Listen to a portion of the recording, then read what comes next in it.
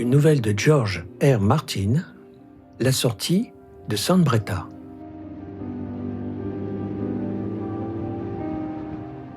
C'est d'abord l'autoroute qui a attiré mon attention. Jusqu'à ce soir-là, ça avait été une randonnée, tout ce qu'il y a de plus normal. J'étais en vacances et j'avais pris ma voiture pour me rendre à Los Angeles en traversant le sud-ouest du pays par le chemin des écoliers. Ça n'avait rien de bien nouveau pour moi, j'avais déjà fait ce trajet à plusieurs reprises. Mon violon d'ingre, c'est la bagnole. Rares sont ceux qui prennent encore le temps de conduire de nos jours. Pour la plupart des gens, c'est devenu un moyen de locomotion beaucoup trop lent. Le glas de l'automobile avait sonné quand on s'était mis à fabriquer en masse des hélicos bon marché en 93. Et l'invention de l'anti-G individuel l'a achevé. C'était différent dans ma jeunesse. À cette époque-là, tout le monde avait une voiture. Et si l'on n'avait pas son permis de conduire dès qu'on atteignait l'âge requis, on était considéré comme un phénomène. J'ai commencé à m'intéresser aux voitures aux environs de mes 18 ans et je ne m'en suis jamais lassé. Toujours est-il que mes vacances m'avaient semblé l'occasion rêvée d'essayer ma dernière acquisition. C'était une excellente voiture, un modèle de sport anglais de la fin des années 70, une Jaguar XKL. Ce n'était pas un grand classique, bien sûr, mais ça n'en restait pas moins une chouette bagnole. La conduire était un vrai plaisir. Je voyageais surtout de nuit, comme à mon ordinaire. Ça a un charme tout particulier. Sous la lumière des étoiles, les anciennes autoroutes désertes baignent dans une atmosphère un peu féerique et on se prend à les imaginer telles qu'elles devaient être jadis. Animées, pleines de gens et de vie, des voitures bloquées pare-choc contre pare-choc à perte de vue. Il n'y a plus rien de tout ça aujourd'hui. Ne reste que les routes elles-mêmes, la plupart abîmées, envahies par les mauvaises herbes. Les États ne prennent plus la peine de les entretenir, ça ne sert qu'à gaspiller l'argent du contribuable. Mais ça reviendrait aussi trop cher de les détruire. Alors elles restent là, à se désagréger lentement au fil des années. Certaines d'entre elles, cependant, demeurent aujourd'hui encore utilisables. On savait construire des routes, à l'époque. Il y a encore un peu de circulation, des fanas du volant comme moi bien sûr, et puis des camions aéroglisseurs qui peuvent passer n'importe où, mais qui progressent quand même plus vite sur une surface plane, aussi empruntent-ils la plupart du temps les vieilles autoroutes. C'est un peu effrayant de se faire dépasser par un de ces engins en pleine nuit. Il monte à pas loin de 350 km/h, et on a à peine le temps d'en voir un dans son rétroviseur qu'il file déjà au-dessus de vos têtes. On ne voit pas grand-chose. Une longue traînée d'argent, assez floue. Et déjà, ça vous a dépassé dans un hurlement aigu, vous laissant seul. Bon, pour en revenir à mon histoire, je me trouvais au fin fond de l'Arizona, juste à côté de San Breda, quand j'ai remarqué l'autoroute pour la première fois. Ça ne m'a pas frappé tout de suite. C'était un peu insolite, bien sûr, mais sans rien de vraiment anormal. L'autoroute en elle-même n'avait absolument rien d'extraordinaire. C'était une autoroute à 8 voies avec une chaussée bien plane sur laquelle on pouvait rouler assez vite. Elle s'étendait toute droite à perte de vue. De nuit, on aurait dit un brillant ruban noir sur le sable blanc du désert. Non, ce n'est pas l'autoroute qui sortait de l'ordinaire, c'était l'état du revêtement. Je n'y ai pas vraiment fait attention au début, j'avais pris trop de plaisir à conduire. C'était par une nuit froide et claire, semée d'étoiles, et la Jaguar roulait merveilleusement bien. Beaucoup trop bien. C'est ça qui m'a frappé. Pas de crevasse, pas de dos d'âne, aucun nid de poule. L'autoroute était en parfait état, comme si on venait de l'achever. Or, j'avais déjà roulé sur de bonnes routes. Certaines ont mieux tenu que d'autres. Il y a un tronçon près de Baltimore qui est une pure merveille et des portions du réseau routier de Los Angeles tout à fait passables. Mais, dans le genre de bonne route, jamais je n'avais rien vu de tel. J'avais du mal à croire qu'une autoroute puisse rester en aussi bon état après avoir été négligée durant tant d'années. Et puis, il y avait les lumières.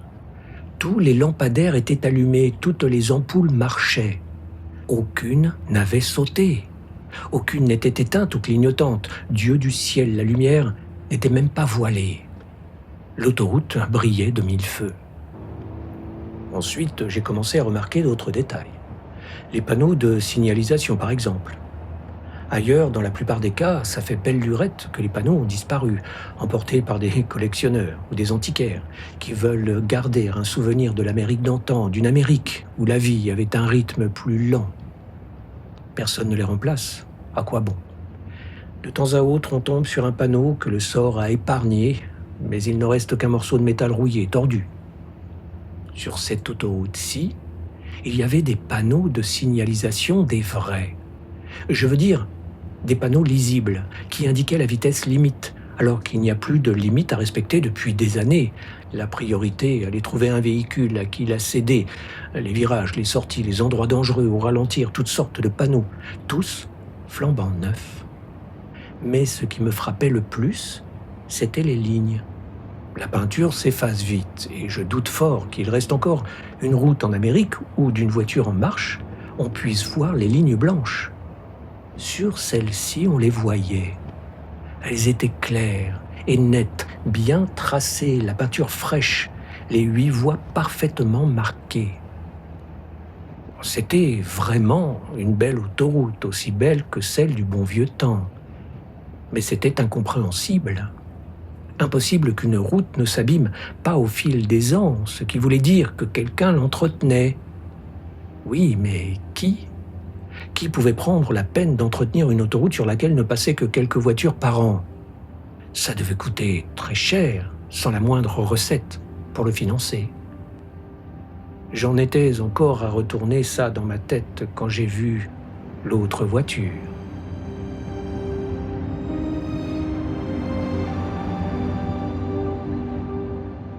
Je venais de dépasser un grand panneau rouge indiquant la sortie 76, celle de Sambretta, quand je l'ai aperçue. Juste une tache blanche à l'horizon, mais ça ne pouvait être qu'un autre véhicule. Comme je gagnais manifestement du terrain sur elle, il ne pouvait pas s'agir d'un aérocamion. C'était donc forcément une autre voiture conduite par un fanat de mon genre. Ça, c'était extrêmement rare. Ce n'est pas tous les jours qu'on croise une autre voiture sur la route. Bien sûr, il y a régulièrement des concentrations, comme le festival sur roue de Fresno et l'embouteillage annuel organisé par l'Automobile Club d'Amérique. Mais je n'aime guère ce genre de réunion, je trouve ça trop artificiel.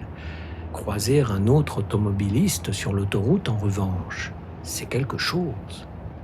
J'ai écrasé l'accélérateur, montant à près de 200 km/h.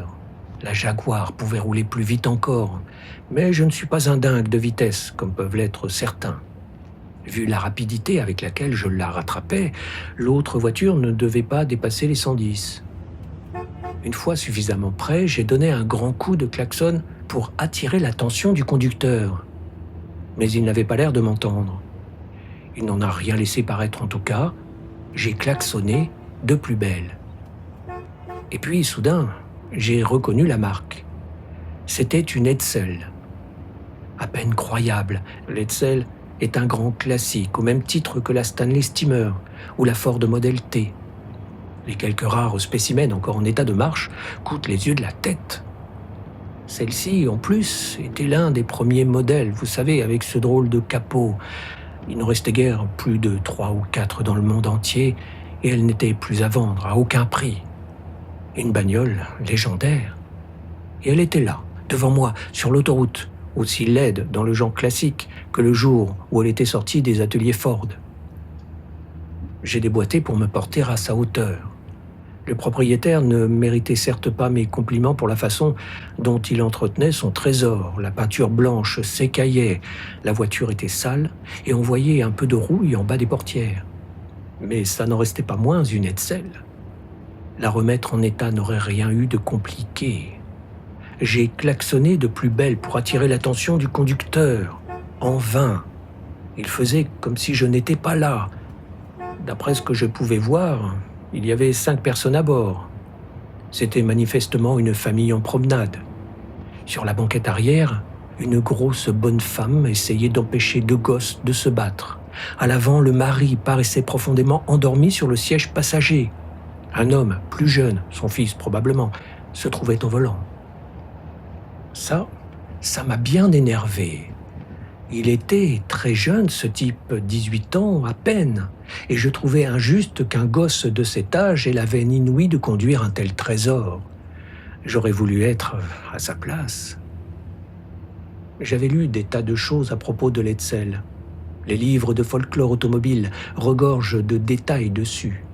Il n'y avait jamais rien eu de comparable. C'était le plus bel échec de l'histoire de l'industrie automobile. On ne comptait plus les mythes et les légendes qui se sont créés autour de ce nom. D'un bout à l'autre du pays, dans les quelques garages et entrepôts d'essence décrépits où les fanas du volant se retrouvent pour bricoler et bavarder, on en raconte encore de belles, aujourd'hui encore, à propos de l'Etzel. Qu'elle était trop large pour entrer dans la plupart des garages, qu'elle a tout dans le moteur, rien dans les freins, que ce serait la bagnole la plus moche jamais construite. On se répète des vieilles plaisanteries éculées sur son nom. Et puis, il y a cette légende célèbre selon laquelle, quand on roule assez vite en Etzel, le vent siffle d'une drôle de façon en passant sur le capot. L'Etzel représente tout ce qu'il y a de merveilleux, de mystérieux et d'un peu tragique dans l'histoire de l'automobile. On se rappelle, on se raconte, et on se re-raconte des histoires à son sujet, alors que ça fait bien longtemps que ces brillantes contemporaines ne sont plus que des tas de ferrailles oubliées dans des décharges.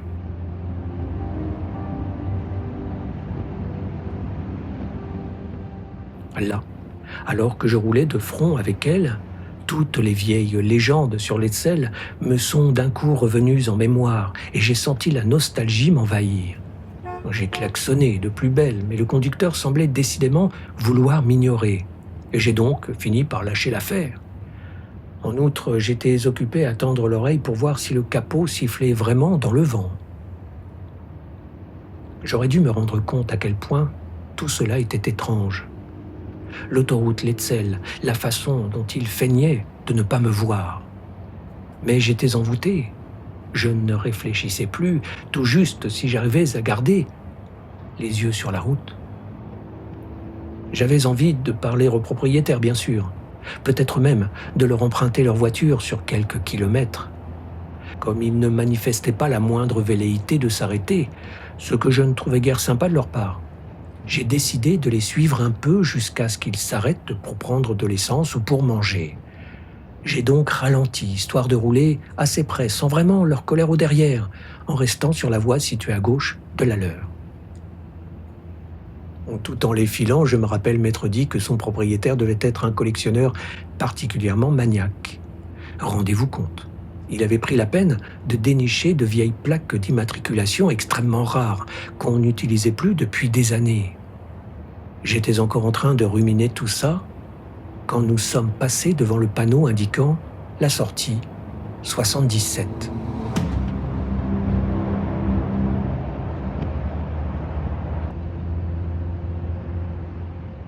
Le jeune conducteur de l'Etzel a soudain paru inquiet.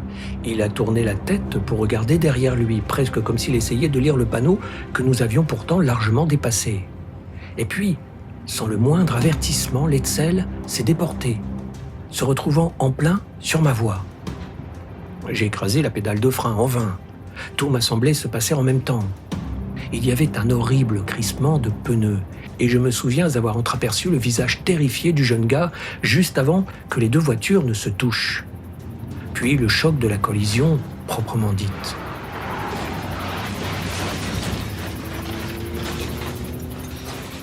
La Jaguar a heurté le flanc de l'Etzel, enfonçant la portière gauche à 120 km/h.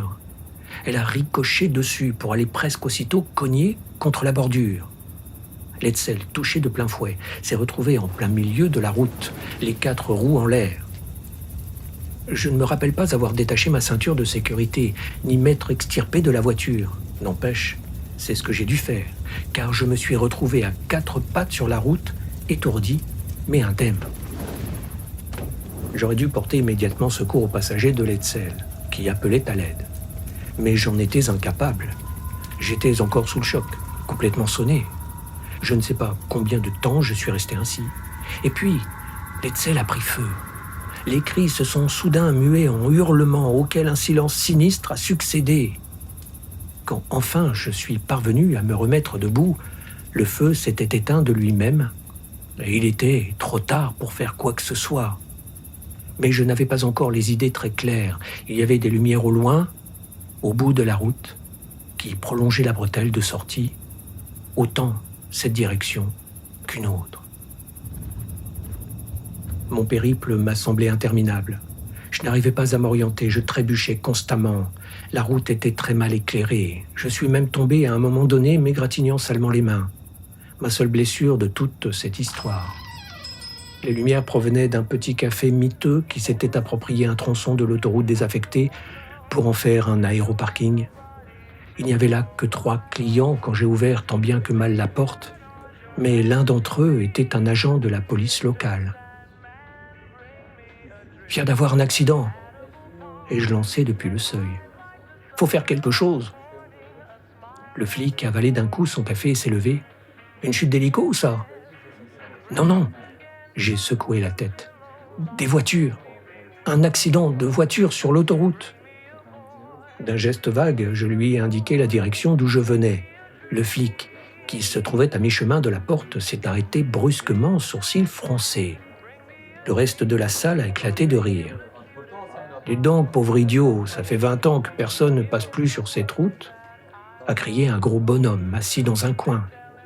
C'est criblé de nids de poules, au point qu'on s'en sert comme terrain de golf, a-t-il ajouté en riant bruyamment de sa propre plaisanterie. Le flic m'a toisé d'un œil sceptique. « Rentrez chez vous, cuvez votre vin, mon vieux. » Et il est retourné vers son siège. « Ne me forcez pas à vous emmener au poste. »« Mais c'est vrai, bon sang. J'étais plus furieux qu'ahuri à présent. Et je ne suis pas sourd. Il vient d'y avoir une collision sur l'autoroute. Il y a des gens coincés dans... » Je n'ai pas terminé ma phrase. Je venais enfin de me rendre compte qu'il était trop tard pour leur porter secours. Le flic avait toujours l'air sceptique. « Vous devriez quand même aller voir », lui a suggéré la serveuse de derrière son comptoir. Il dit peut-être vrai. Il y a eu un accident de voiture l'an dernier quelque part dans l'Ohio. J'ai vu un reportage là-dessus à la télévision. Ouais, peut-être, a fini par admettre le flic. Allons-y, mon vieux. Il faudrait mieux pour vous que ce soit vrai.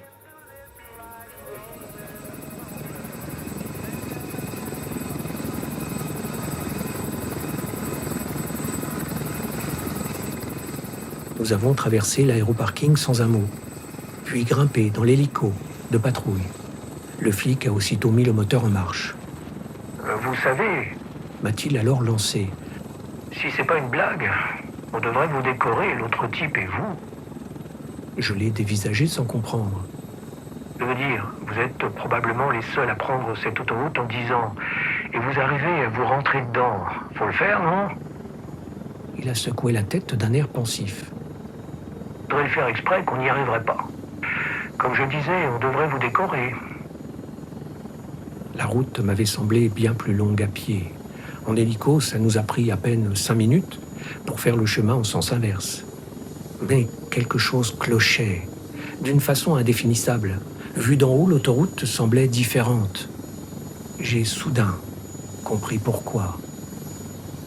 Elle était sombre, beaucoup plus sombre.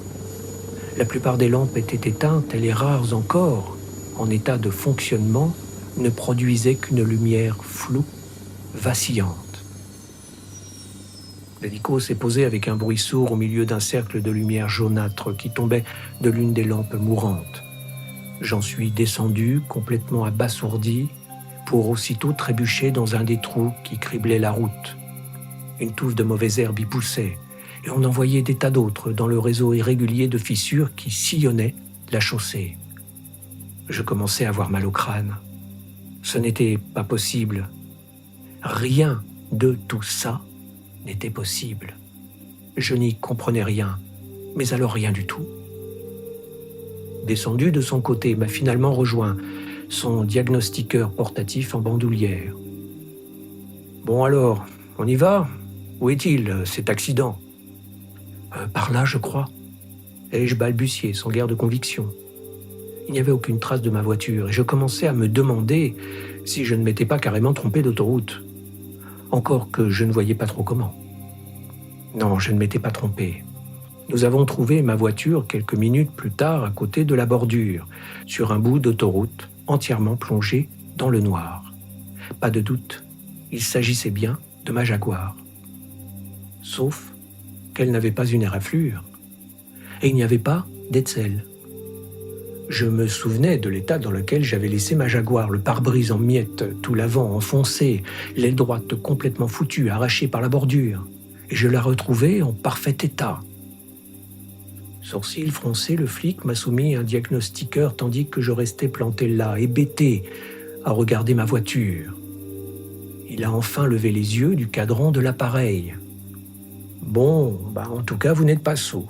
Je ne vais donc pas vous embarquer. Mais c'est pas l'envie qui m'en manque, soit dit en passant. Vous savez ce que vous allez faire, mon bon monsieur ? Vous allez grimper dans votre anticaille, faire demi-tour et me foutre le camp d'ici aussi vite que possible. Parce que si jamais je vous revois dans les parages, vous risquez vraiment d'avoir un accident. Compris ? » J'aurais voulu protester, mais les mots me manquaient. D'ailleurs, qu'aurais-je pu dire qui tienne debout ? Je me suis contenté de hocher légèrement la tête. Le flic a tourné les talons d'un air dégoûté en grommelant quelque chose sur tous ces petits plaisantins qui se croient plus malins que les autres. Puis il a regagné promptement son hélico. Après son départ, j'ai marché jusqu'à la Jaguar et passé une main incrédule sur son capot. Je me sentais assez bête, mais ça n'avait rien d'une illusion. Et quand une fois au volant, j'ai tourné la clé de contact, le moteur s'est mis à ronronner de façon rassurante. Les phares se sont allumés sans problème, deux traits de lumière fendant les ténèbres. Je suis resté là un bon moment avant de me décider à gagner enfin le milieu de la route pour faire demi-tour. Le retour à Sambretta, long et chaotique, n'a pas été une partie de plaisir. Je n'arrêtais pas de sauter sur les nids de poules en l'absence de visibilité, ajouté à l'état épouvantable de la chaussée, m'obligeait à réduire ma vitesse au minimum. Cette autoroute était vraiment dans un état dégueulasse, il n'y avait pas d'autre mot. Généralement, j'évite soigneusement d'emprunter des routes pareilles. Le risque est trop grand de se retrouver avec un pneu crevé. En conduisant très lentement, j'ai finalement réussi à atteindre Sambretta sans incident. Il était 2h du matin à mon arrivée en ville. La bretelle de sortie, tout comme le reste de la route, était plongée dans le noir. Il n'y avait pas le moindre panneau indicateur. De mes balades précédentes dans le coin, je savais que Sambretta se flattait d'avoir un grand garage dédié aux fanas du volant tels que moi, avec une station-service. Je m'y suis rendu, laissant ma voiture à un jeune gars à l'air blasé qui assurait le service de nuit. Puis direction le motel le plus proche. Après une bonne nuit de sommeil, pensais-je, tout s'expliquerait. Mais non, je n'y voyais pas plus clair le lendemain à mon réveil. Je comprenais même de moins en moins. En mon fort intérieur, une petite voix me disait que tout cela n'avait été qu'un mauvais rêve. Mais aussi séduisante fût-elle, cette hypothèse ne me satisfaisait nullement. J'ai continué à retourner ça dans ma tête en prenant ma douche, puis mon petit déjeuner, et même tout au long du chemin qui me séparait du garage. Mais je n'étais pas plus avancé. Soit j'avais eu des hallucinations, soit quelque chose d'extrêmement curieux s'était produit la veille au soir. Refusant d'accepter la première solution, j'ai donc décidé de creuser la seconde. Le propriétaire du garage, un octogénaire encore vert et plein d'allants, se trouvait là à mon retour. Il portait une combinaison de mécanicien à l'ancienne mode, qui lui donnait une touche pittoresque. Il m'a adressé un signe de tête aimable en me voyant arriver. « Ça fait plaisir de vous revoir. Vous allez où maintenant ?»« À Los Angeles. Je prends l'Interstate cette fois-ci. » Ses sourcils se sont légèrement soulevés. « Je vous croyais plus malin que ça. C'est une vraie catastrophe, cette autoroute. Y emmener une aussi belle mécanique que la vôtre, je trouve que c'est un crime. » Je n'avais pas le courage d'essayer de lui expliquer. Aussi me suis-je contenté de lui adresser un pâle sourire et de le laisser aller chercher la voiture. Elle avait été lavée et révisée. On avait fait le plein. Elle était en parfait état. Je lui ai jeté un rapide coup d'œil pour trouver d'éventuelles éraflures. Aucune. Vous avez beaucoup de clients par ici? Et je demandais aux vieux tout en payant. Des collectionneurs locaux, je veux dire, pas des gens de passage. Il a haussé les épaules. Oh, il doit y en avoir une centaine dans tout l'État. Ils viennent chez nous pour la plupart. C'est ici qu'on trouve la meilleure essence et les seuls mécanos valables dans la région. Des collections intéressantes? Quelques-unes. Il y a un type qui nous amène souvent une pierre sarrau. Un autre qui se spécialise dans les années 40. Très belle collection, en excellent état, qui plus est. J'ai hoché la tête. Personne n'aurait une Hetzel par ici? Vous savez bien que non. Aucun de mes clients n'aurait assez d'argent pour ça. Pourquoi? J'ai alors décidé de laisser ma prudence sur le bas-côté, si j'ose m'exprimer ainsi. J'en ai vu une sur l'autoroute hier soir, mais je n'ai pas réussi à parler à son propriétaire. Je me suis figuré que c'était peut-être quelqu'un du coin. Le vieux restant sans réaction, je me suis détourné pour monter dans ma Jaguar. « Ce n'est pas quelqu'un du coin », a-t-il lancé au moment où je refermais la portière. « Ça devait être quelqu'un de passage. Mais c'est marrant que vous l'ayez rencontré sur la route. C'est pas souvent qu'on... » Puis juste au moment où je tournais la clé de contact, il s'est brusquement interrompu bouche bée. « Attendez !» m'a-t-il crié. « Vous dites que vous vous trouviez sur l'ancienne autoroute ?» J'ai éteint le moteur. « C'est ça. » Bon Dieu, j'avais oublié, ça fait si longtemps. Elle était blanche avec 5 personnes dedans? J'ai ouvert la portière. « Oui, ça vous dit quelque chose ?» Et je suis ressorti de ma voiture. Le vieux m'a saisi par les épaules, une drôle d'expression dans les yeux. « Vous l'avez vu, c'est tout ?» Il ne cessait de me secouer. « Vous êtes sûr qu'il ne s'est rien passé d'autre ?» J'ai hésité un instant, me sentant un peu idiot. Si, il s'est passé quelque chose. Et je finis par admettre. Je lui suis rentré dedans. Du moins, j'ai cru lui rentrer dedans, mais... Je lui ai désigné la Jaguar d'un geste incertain. Le vieux m'a lâché, puis il est parti d'un grand éclat de rire. « Ça recommence !» a-t-il ensuite murmuré. « Après tout ce temps !» Vous savez quelque chose là-dessus? Que diable s'est-il passé la nuit dernière? Il a poussé un soupir. « Venez, je vais vous raconter ça. » C'était il y a plus de 40 ans, a-t-il poursuivi une fois installé au bistrot d'en face devant une tasse de café. Dans les années 70, une famille qui partait en vacances. Le père et le fils se relayaient au volant. Ils avaient retenu des chambres à Sambretta. C'était le petit qui conduisait, il était tard, et il a raté la sortie. Il ne l'a même pas vue. Il ne s'en est aperçu qu'en arrivant à la sortie 77. Et il a dû avoir une sacrée trouille en voyant le panneau. À en croire les gens qui les connaissaient, le père était vachement dur, du genre à passer un sacré savon à son gosse pour un truc comme ça. On ignore ce qui s'est passé exactement, mais on pense que le petit a paniqué. Il n'avait son permis que depuis 15 jours. Comme un imbécile, il a essayé de faire demi-tour pour revenir sur Sambretta. L'autre voiture l'a percuté de plein fouet.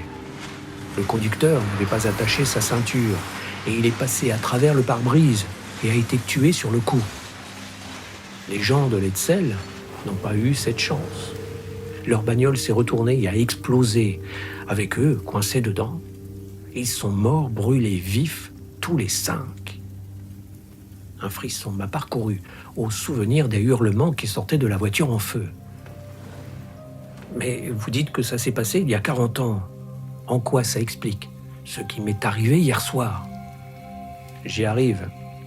Le vieux a pris un croissant, l'a trempé dans son café et s'est mis à le mastiquer pensivement. Ça a recommencé environ 2 ans plus tard.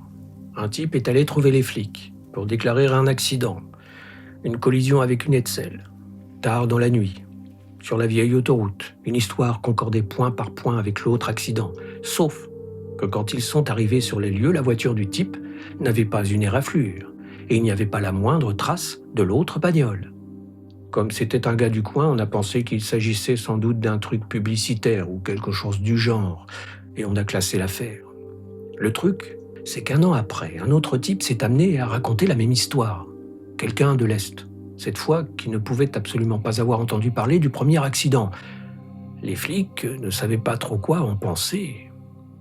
Et ça s'est répété pendant des années, encore et encore, toujours avec les mêmes détails. Chaque fois, c'était en pleine nuit, chaque fois l'autre conducteur était seul dans sa voiture, pas d'autre bagnole en vue, sans jamais le moindre témoin, comme lors du premier accident, le vrai. Toutes les collisions avaient lieu juste après la sortie 77, au moment où l'Edsel faisait une embardée et essayait de faire demi-tour. Des tas de gens se sont essayés à trouver une explication. Des hallucinations, disait l'un, l'hypnose de la route, disait l'autre. Des canulars, prétendait un troisième.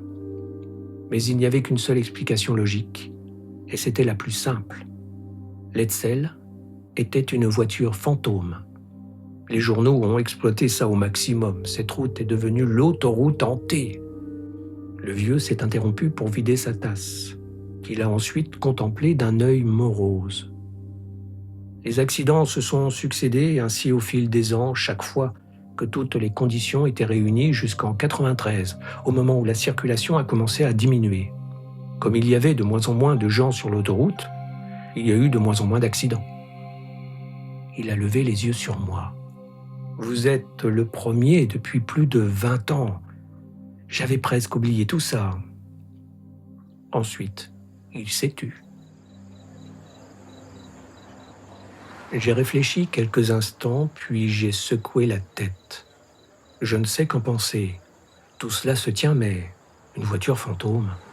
Je ne crois pas aux fantômes, et une autoroute, ça ne me semble vraiment pas être l'endroit. Il a relevé la tête. Mais pourquoi pas? Rappelez-vous toutes les histoires de fantômes que vous lisiez quand vous étiez gosse. Qu'avaient-elles en commun? J'ai froncé les sourcils. Aucune idée. Eh bien, c'étaient toutes des histoires de morts violentes. C'étaient les meurtres et les exécutions qui créaient les fantômes. Des produits du sang et de la violence, en quelque sorte. Les maisons hantées étaient toujours des lieux où, un siècle auparavant, quelqu'un avait connu une fin horrible.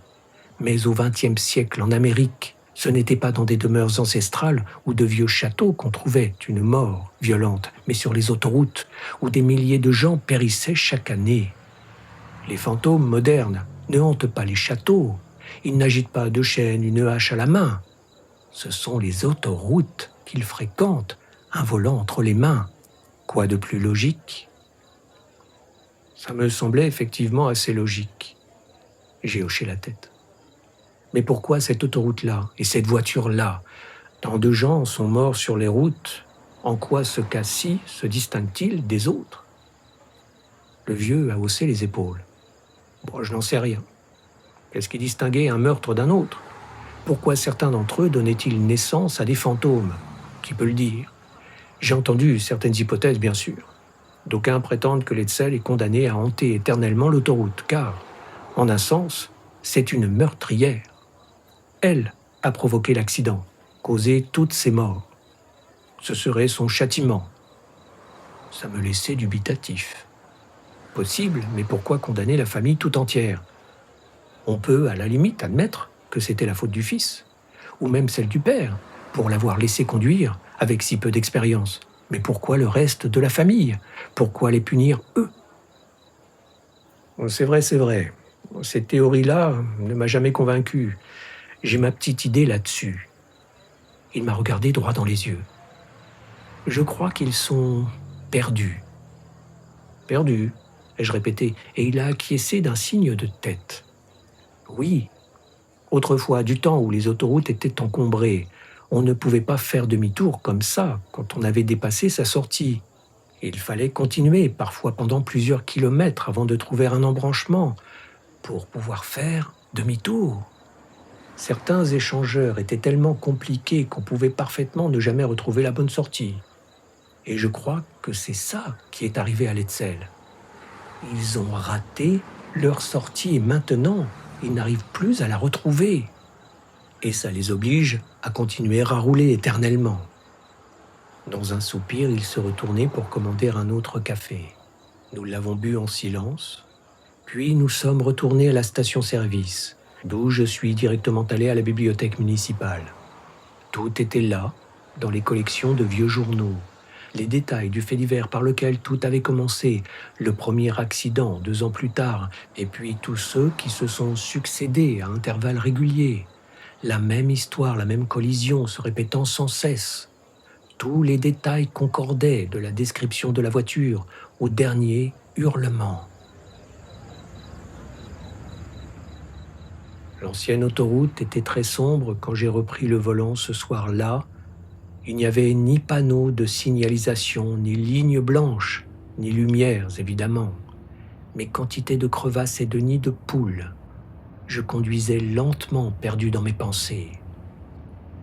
Quelques kilomètres après Sambretta, je me suis arrêté pour faire une pause et je suis resté assis sous les étoiles, presque jusqu'à l'aube, à regarder et à écouter. Mais les lampes ne se sont pas allumées et je n'ai rien vu.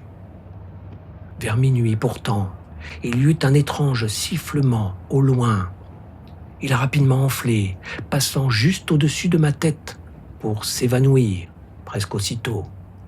Je n'en ai jamais entendu un seul qui fasse ce bruit-là, mais c'était peut-être un aérocamion quelque part derrière l'horizon. Mais ça m'étonnerait. Je crois que c'était le bruit du vent sur le capot d'une voiture fantôme, blanche et rouillée, errant sur une autoroute hantée qui ne figure sur aucune carte routière. Je crois que c'était la plainte d'une petite Edsel, à jamais en quête de la sortie de Sambretta.